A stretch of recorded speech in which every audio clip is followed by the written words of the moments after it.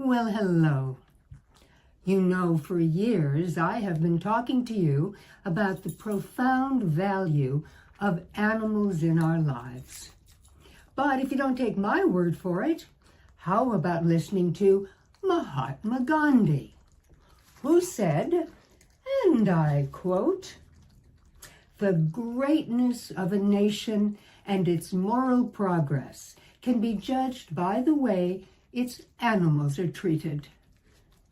Give that a minute to sink in.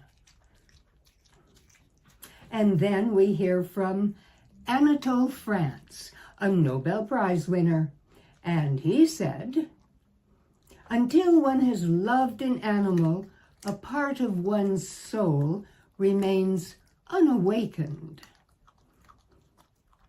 And moving right along, we have the Ethiopian Emperor Haile Selassie, who said, "It is easier to show compassion to animals.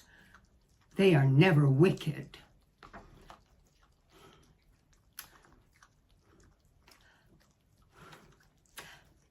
I have this cat. Never mind. And then we have Amy Sedaris. Sometimes losing a pet is more painful than losing a human, because in the case of the pet, we weren't pretending to love them. You know, many of you have suggested that I have a television show of my own, and you know I would love that. And not long ago, I was actually, as they say, taking meetings for that very thing. And it was going so well until word came from on high. Why do we need Georgette Spelvin when we already have Amy Sedaris?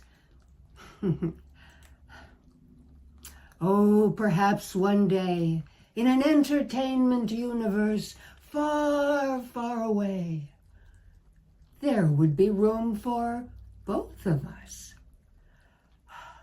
Imagine. Well, this brings us to Albert Einstein. And Albert Einstein said, "We must free ourselves from this prison by widening our circle of compassion to embrace all living creatures, including humans." I added the including humans part. That may not be at all necessary. And the beloved Betty White, who said, "You can tell a lot about a person by the way they put their hands on animals."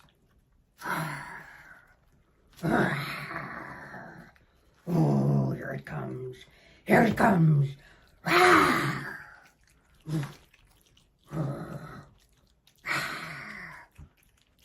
And like that there. Okay, join us next time when we are going to be talking about Darwin, Plato, Mark Twain, Martin Luther King Jr., the wonderful, wonderful novelist Alice Walker, and your favorite and mine, Winnie the Pooh. We'll see you then. Bye. Bye-bye. Bye-bye.